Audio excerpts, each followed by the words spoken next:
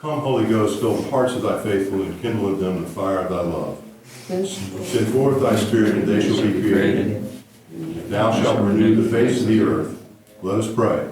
O God, who has taught the hearts of the faithful by the light of the Holy Ghost, grant that by the gift of the same Spirit we may be always truly wise and ever rejoice in his consolations. Through Christ our Lord. Amen. Father, Son.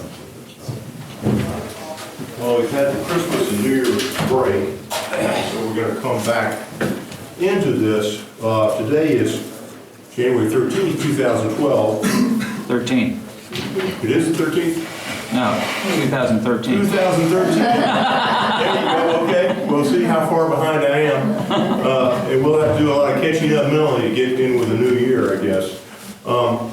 We're going to talk, we ended talking about the Bible and the Latin Bible, the Greek Bibles. Now we're going to get back into the fathers of the church, and we're getting ready to launch into the story of the first great ecumenical councils that occurred after Constantine converted to Christianity, and the empire basically became Christian, at least the government did. And we're going to get into that in great detail and try to make simple a lot of stuff that's very, very complicated. There's been a lot of names and a lot of dates and all kinds of things like that. I'm going to try to simplify it so that we can understand what happened with the first ecumenical councils and what was happening with the various fathers and the various heresies and heretics. In particular, the rise of the great heresy known as Arianism, which has been brewing for a while. We had a lecture a few weeks ago about monarchianism, and we'll revisit that. I'll go back over that a little bit, so we'll get back into Arianism. But before we do that, it is important that we understand what was going on in the world in general of the Roman Empire. And so we're going to review very quickly a whole lot of Roman history here, and I'm going to talk about two of the great figures in history, an emperor named Diocletian and his ultimate successor, the emperor named Constantine the Great. It's important to have a grasp of those folks so that we can understand the historical backdrop before we launch into the ecumenical councils. I hand out chart number 22, and I've got fronts and back. I've got two charts here, Roman history. This first one involves the Republic, the Roman Republic, to Constantine with the major persecutions. The Roman Republic was founded way back in, by legend, 509 BC, and it lasted until 31 BC, when a man named Octavian, who had been adopted by Julius Caesar, he was a relative of Caesar, Julius Caesar's, he was adopted into the family of Caesar, and he won against a number of other generals in one great battle at Actium, and was proclaimed Augustus Caesar by the Roman Senate. And the Republic came to an end, and that started what is known as the Principate. The Principate is named after the fact that the emperor styled himself as princeps, as first citizen. He didn't really style himself as a king or even really an emperor, although the word emperor comes from the Latin word imperator, which means general. But there was a legal fiction that went on, that he was the first among equals, and that he was sort of a member of the Senate, and the Senate continued to go along, and they continued to elect consuls and the other Roman magistrates that had existed in the Republic.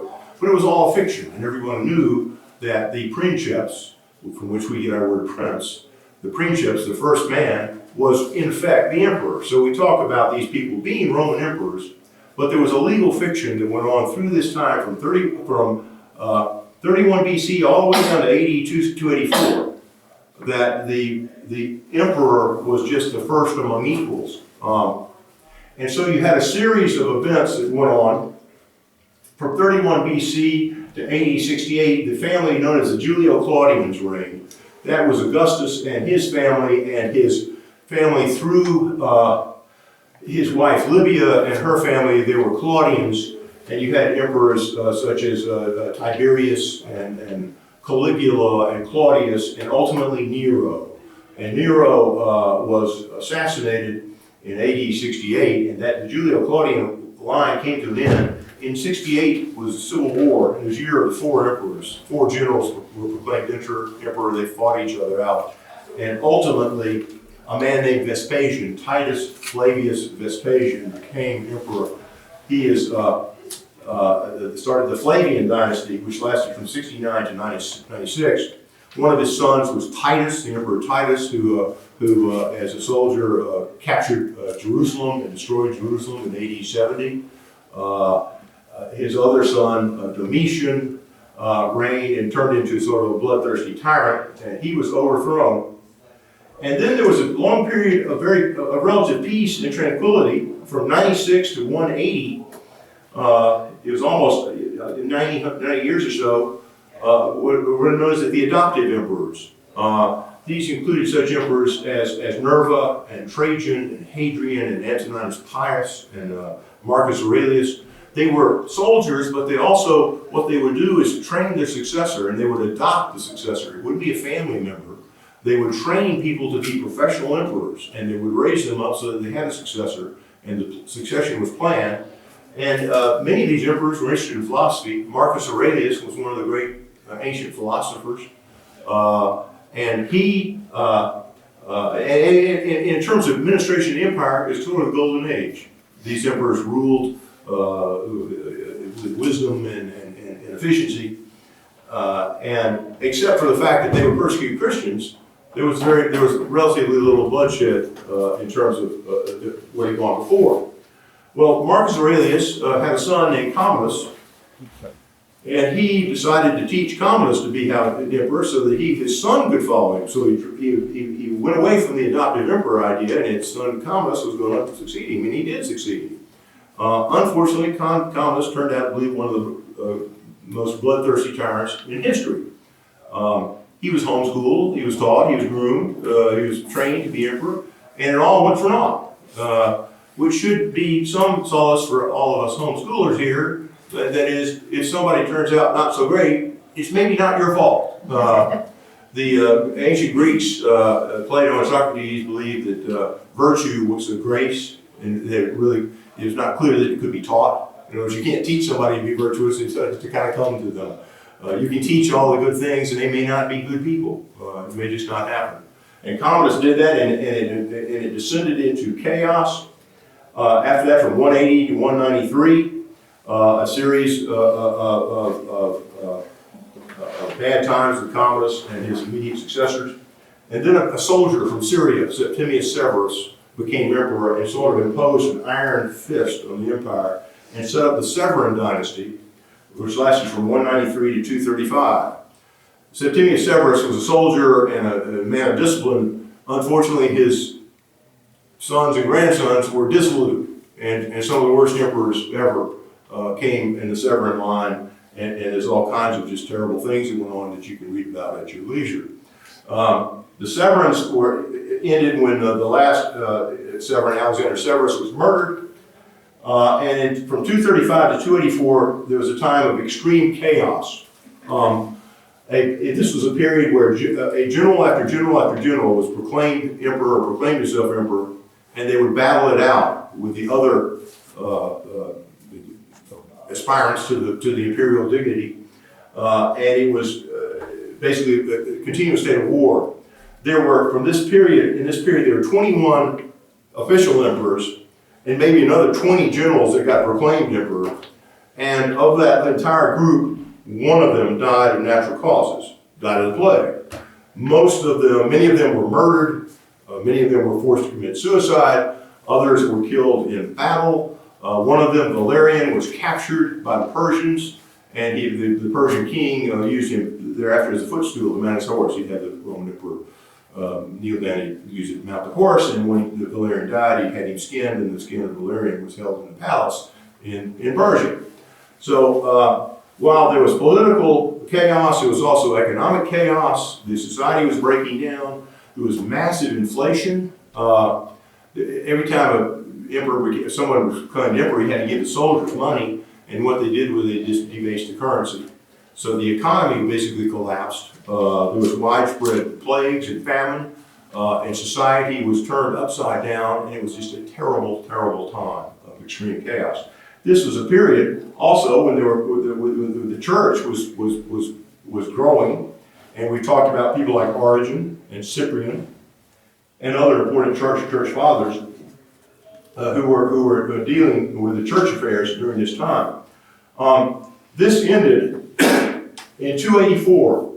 The Emperor Numerian was killed in the Far East, and his troops elected the Praetorian prefect, a man named Diocles, who was a soldier, proclaimed him emperor.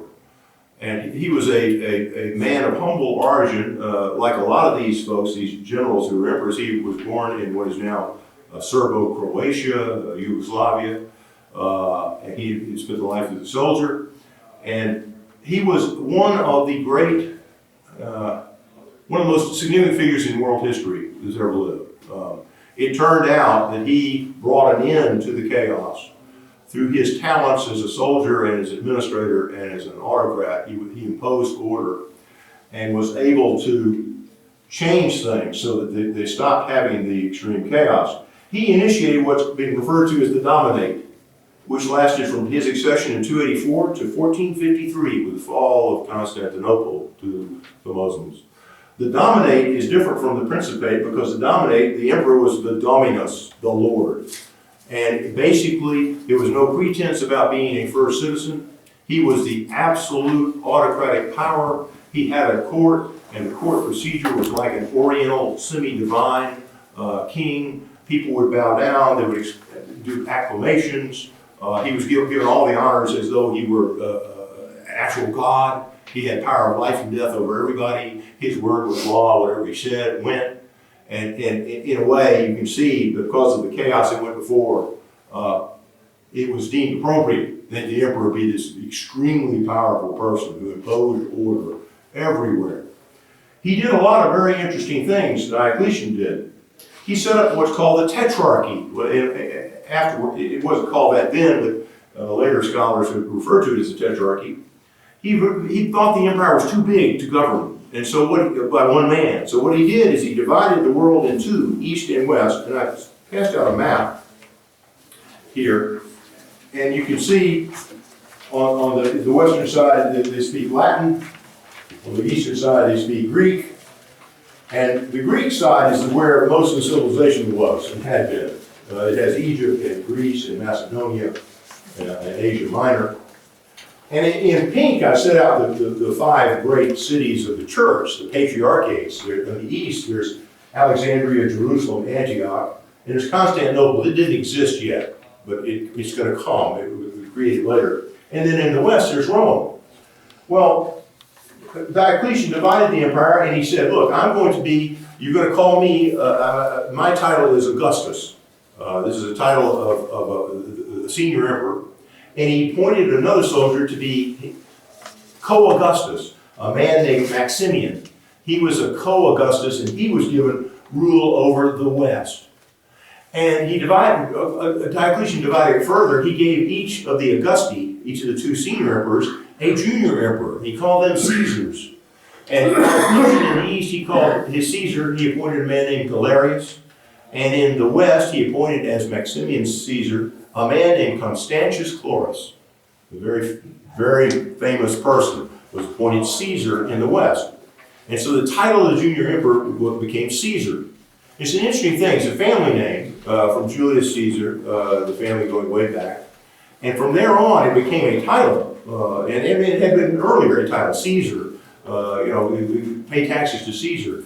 That personal name became a title. And it has lasted all the way down to 1918. Because in the German-speaking parts of the world, until 1918, the Holy Roman Empire and the Austro-Hungarian Empire, the emperor was, in German, it's called Kaiser. It's the word that means Caesar. The Russian Empire, down to 1918, the emperor was called the Tsar, which is a Russian way of saying Caesar. So this name lived on as the autocratic supreme ruler for centuries, in millennia after this time. In any event, you had four folks, tetrarchs. Diocletian dominated them all. But he divided it up, and then he divided the world up.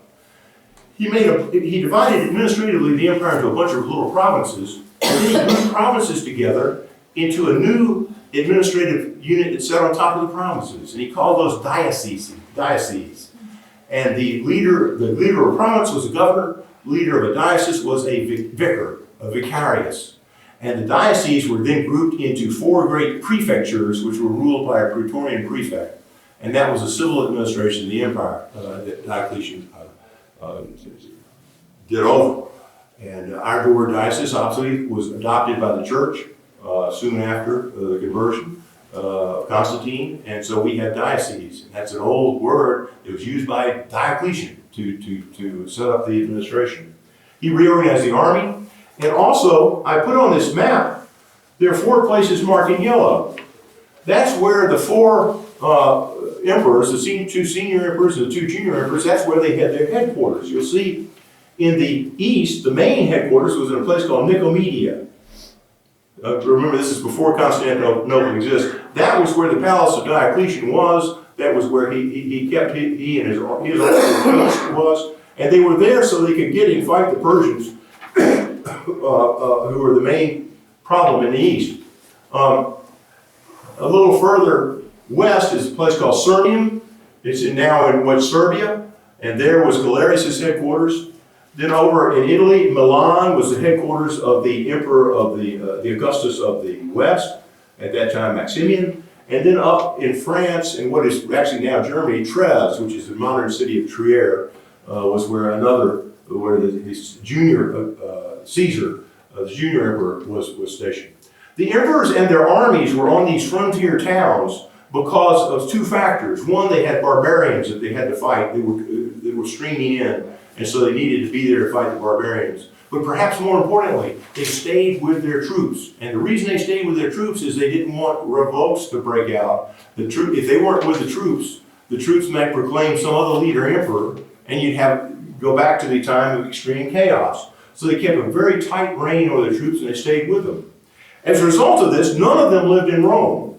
And in fact, during this entire period, after the adoptive emperors in 180, and a little bit of the severance, after that time, the emperors did not reside in Rome. They resided on the frontier.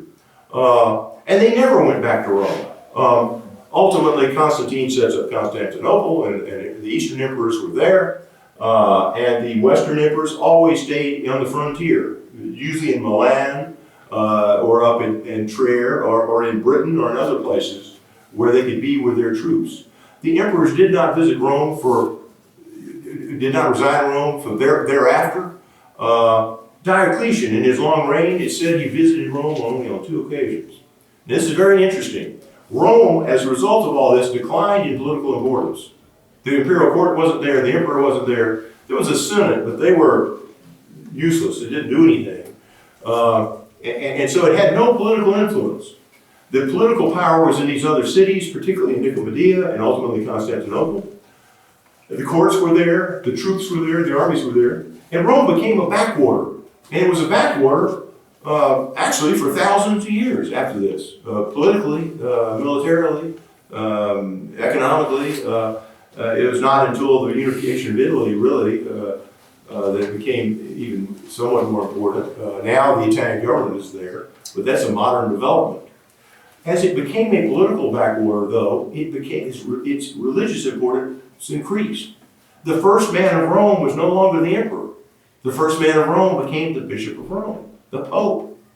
He was the first, most important person in Rome, and forever after, the most important person in Rome has been the Bishop of Rome, the Pope. This has had profound influence on how religious affairs have developed. The Eastern Church, the Patriarch of Constantinople, was in the same city as the emperors. And what would happen is the emperor, if he didn't like what the patriarch did, he would just get him a new patriarch. He'd depose the existing patriarch, send him to a monastery, and bring forward a new one. And so in the East, you had the church under the thumb of the emperors. And this is a term has been used to describe this. It's called Caesaropapism. The Caesar is the Pope who runs things. In the West, you had much less of that because the Bishop of Rome was free to do what he did in Rome. There was no emperor there. To be sure, there were all kinds of conflicts and clashes between the papacy and the imperial agents, but the papacy had a lot more scope to resist attempts by the government to control the papacy. And one of the factors of that, one of the important factors, was that the emperors were no longer in Rome. So as Rome's political influence diminished, its religious influence increased greatly. Now, Diocletian and Galerius, let's talk about persecutions for a moment. I've listed here the major persecutions that are on your handout. At various times, severe persecution would break out. In 69, Nero, I've listed some of the important martyrs here. Peter and Paul were martyred under the persecutions instituted by Nero. Domitian, St. Clement was martyred then. Under Trajan, Ignatius was martyred. Under Marcus Aurelius, Justin Martyr was martyred. Many others were martyred. These are some of the famous names that come down to us. Under a man named Maximin Thrax in 235, Hippolytus was martyred. Under the Emperor Decius really instituted a particularly violent persecution. He thought that the reason for the chaos was that the gods were against him, so he issued a decree: the entire world has to give incense and acknowledge the gods, and this caused great suffering in the Christian community. Pope Fabian and Origen died as a result of that. And then the Emperor Valerian also instituted a persecution. St. Cyprian, Sixtus, and Lawrence, who are in the canon of the Mass, were martyred then. We get down to Diocletian, though. Diocletian and his co-emperor Valerius instituted perhaps the most far-reaching persecution there had ever been. He too issued a decree. Everybody had to burn incense to the emperor, sacrifice to the emperor. The churches were burned, the books were burned, many martyrs occurred. People were sent to work in the mines. There was mutilation. They would put out your right eye and hamstring your left leg if you were found to be a Christian and send you to work in the mines.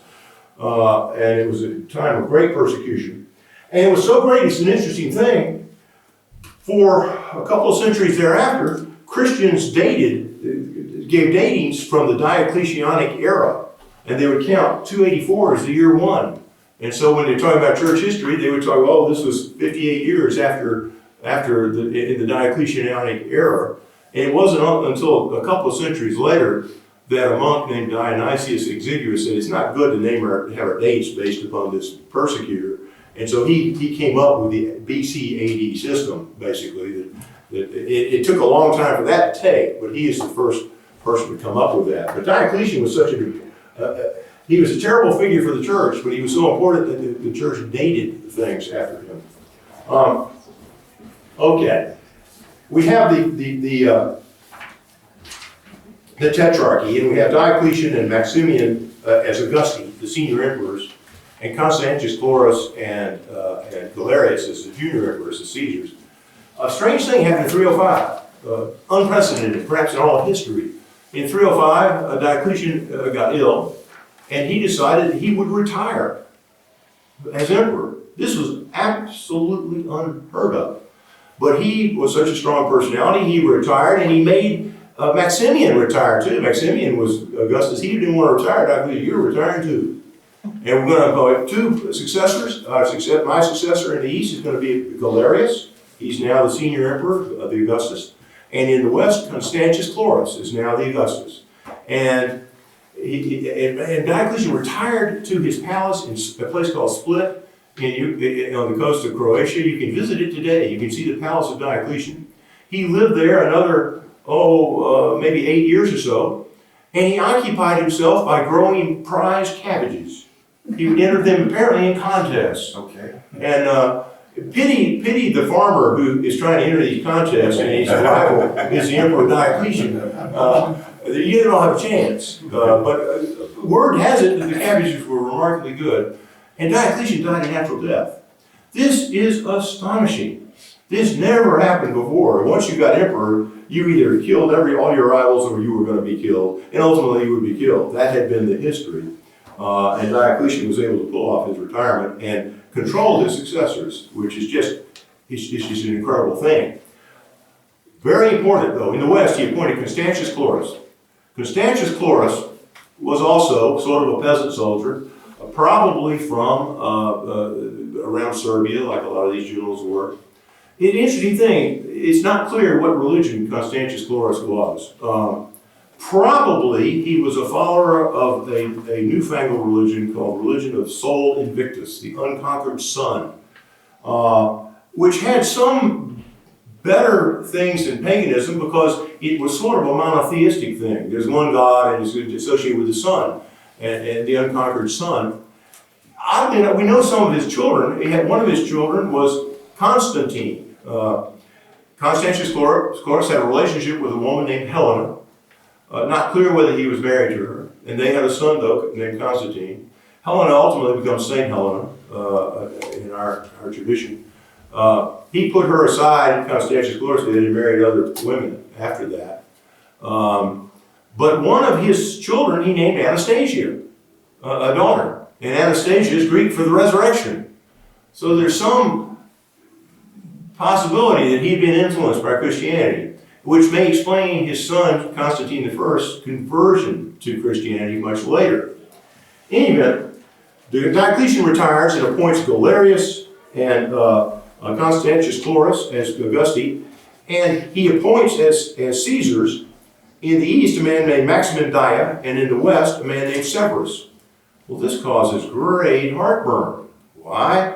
Maximian has a very ambitious son named Maxentius who wanted to be appointed Caesar. And Constantine Chlorus has a very ambitious son named Constantine who wanted to be appointed Caesar, but they were passed over. In fact, Constantine, the young man Constantine, was kept in Nicomedia at the court of Galerius, while Constantius Chlorus, the other Augustus, senior emperor, was out in the west, usually up in Britain or Gaul.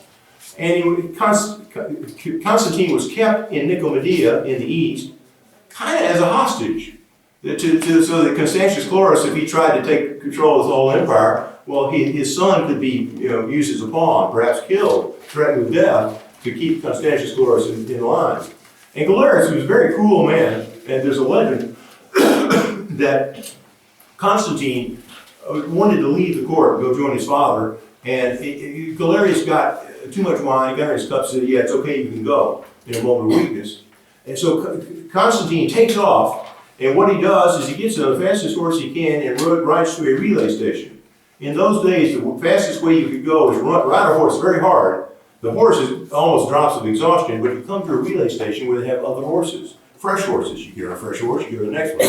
You can travel reasonably rapidly through the use of these relay stations. You had to be a person of high rank to use them, obviously. But what Constantine did is he realized Galerius was going to change his mind, probably. So he rode the horse to the first relay station, and he got on the next fastest horse. And the other horses there, he hamstrung all those horses. Went to the next one, hamstrung the horses, and made his way across Europe. And the next morning, Galerius said, I shouldn't do that. Go after him. Well, the people chasing him came to these relay stations, and they had no horses they could use. So Constantine was able to get away, so the legend goes. And he joined his father in the town of York, in the north of England. If you ever go to York, you can stand in the place walls where Constantius Chlorus was. He got sick and died, and the troops in York proclaimed Constantine emperor. And that's the first place he was proclaimed emperor. It's a fun city to visit. You can see sort of the places associated with this. And well, this caused great heartburn throughout the empire.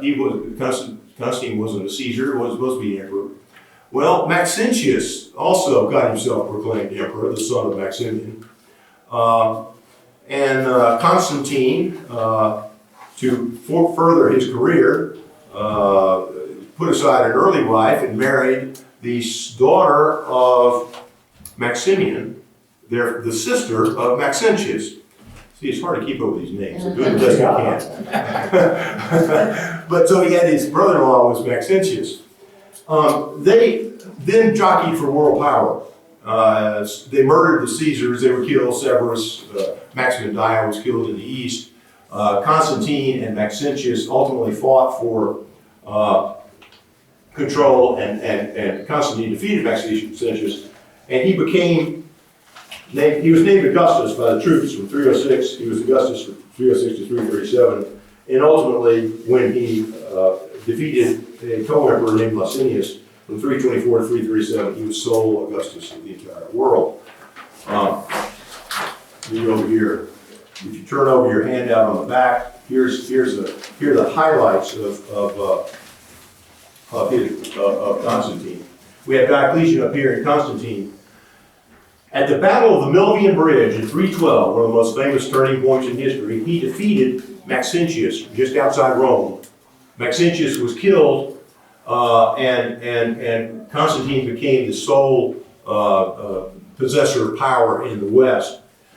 The stories have come down to us that Constantine told to two people, at least. He told to a man named Lactantius, who wrote a biography of the persecutions, and he also told it to Eusebius of Caesarea, the great church historian. And the story he told was that shortly before the battle, he had a vision in the sky, and perhaps also a dream, and what he saw was a sign in the sky. Lactantius describes it as an X with a curved over top, and he put this insignia on the shields of his troops, and he heard a voice saying, in this sign conquer, by this sign you will conquer.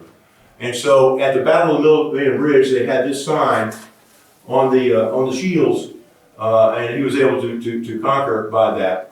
That is called the Labarum, and I passed out a handout which talks about the Labarum. The full Labarum is actually a banner with a spear in it, and on top is this is what's called a Chi Rho.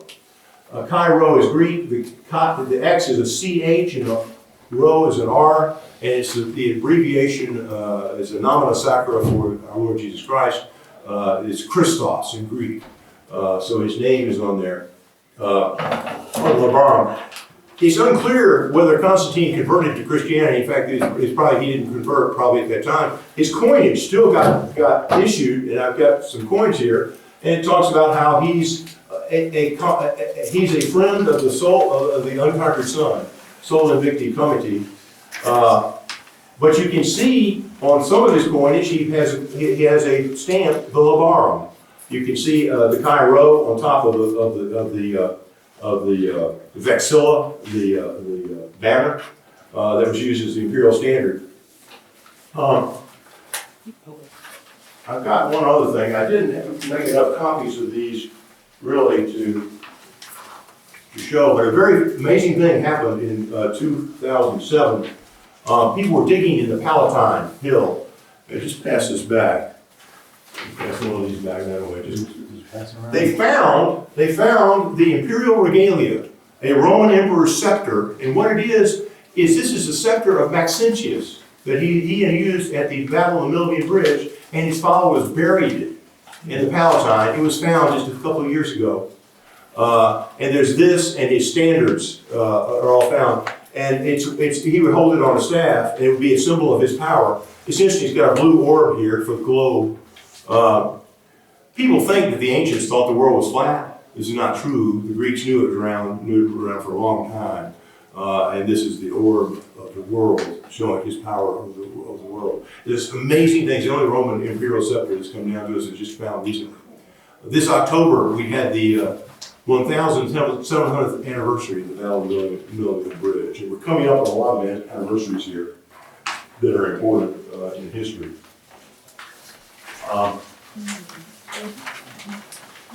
Okay. Right after that, by this time, there was a man, in 313, the Eastern Augustus was a man named Licinius. He and Licinius went to Milan and issued the Edict of Milan, which ended the persecution of Christians formally. And from that time forward, until we get down here, it was illegal to persecute the Christians.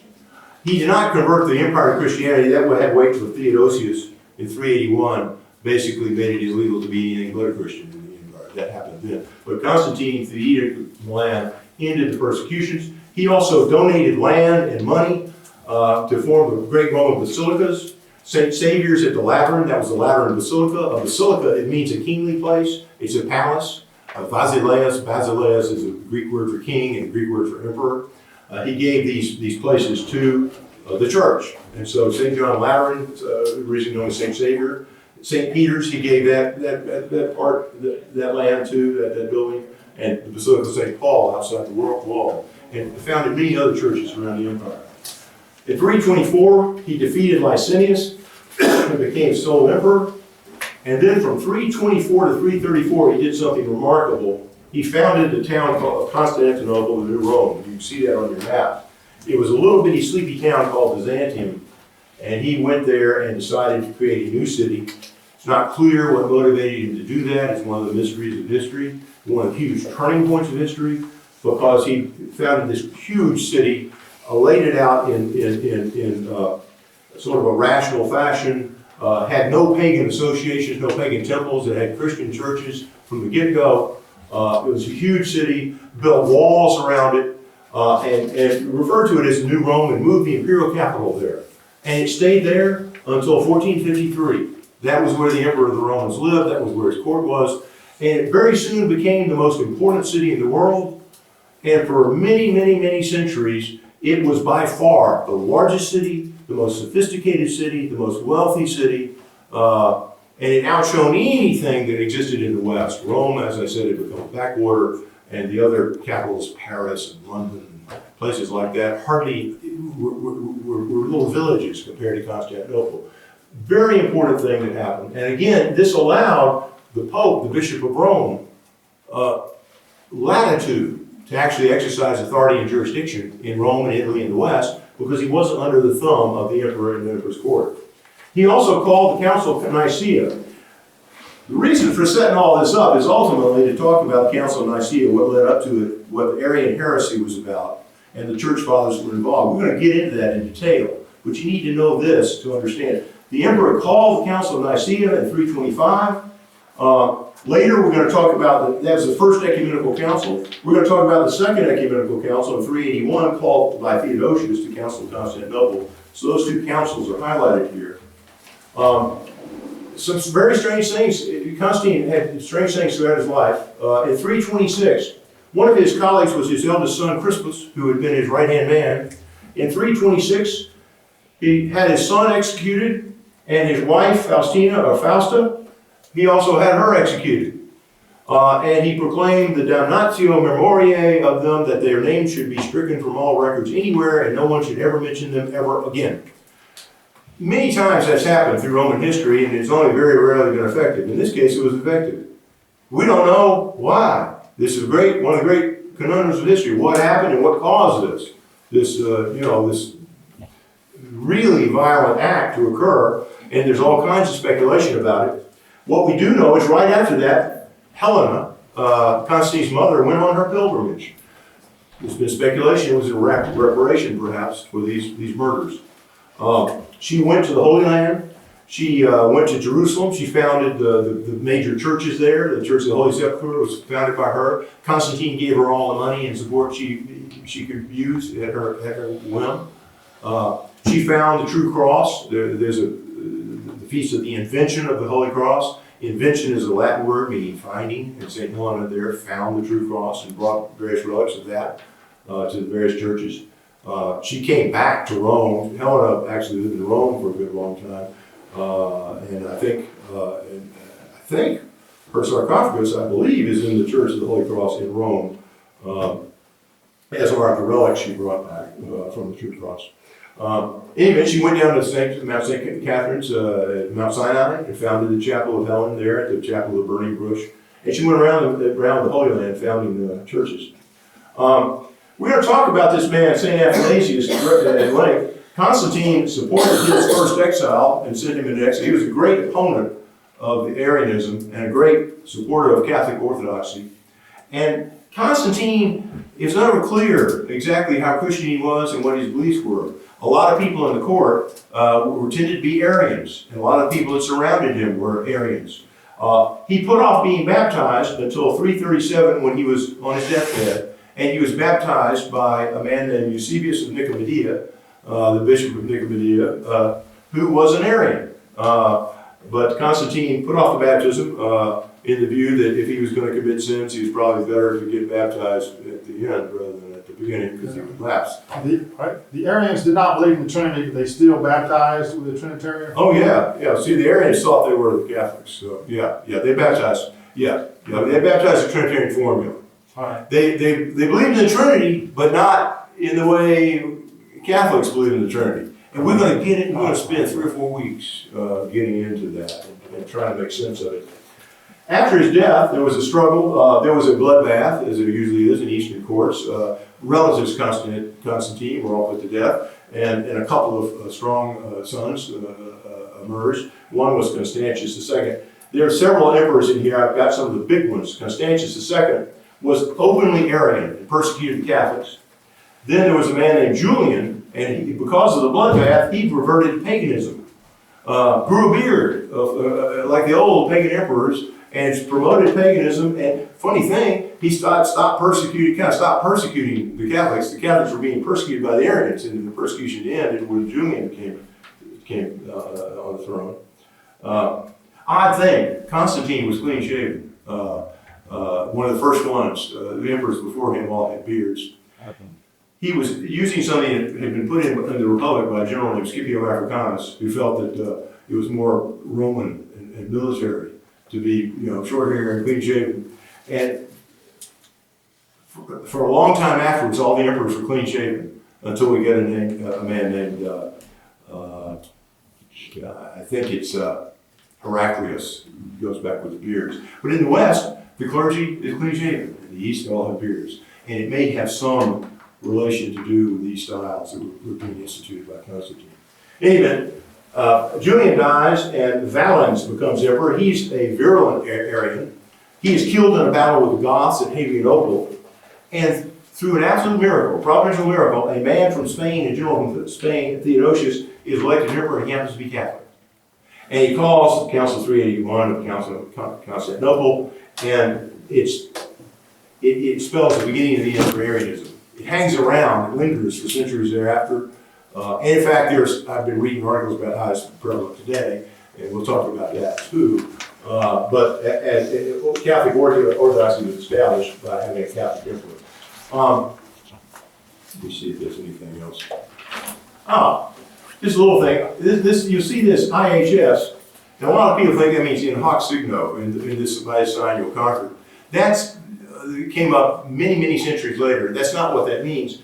That is an abbreviation of the nomina sacra of Jesus Christ. That's Greek. It's iota, eta, sigma. It's Jesus. It's the first 3 letters of Jesus' name. And you'll see this in a lot of pictures and art and things. And it's not in hoc signo benches. So that's what that is. That's the overview of Roman history. We're going to get next week. We're going to start in the roots. We're going to review the roots of Arianism and how it came to a head, and then we're going to go into the Council of Nicaea and just what Arianism is and why it's important that you not be Arian. And we're going to talk about the fight, the struggle to establish Catholic Orthodoxy against the novel assertions by the Arians and their followers. All right? Mm-hmm. Let's conclude with a prayer. In the Father, Son, and Holy Ghost. Hail Mary, full of grace, the Lord is with thee. Blessed art thou among women, and blessed is the fruit of thy womb, Jesus. Holy Mary, Mother of God, pray for us sinners, now and at the hour of our death. Amen. The Father, Son, and Holy Ghost.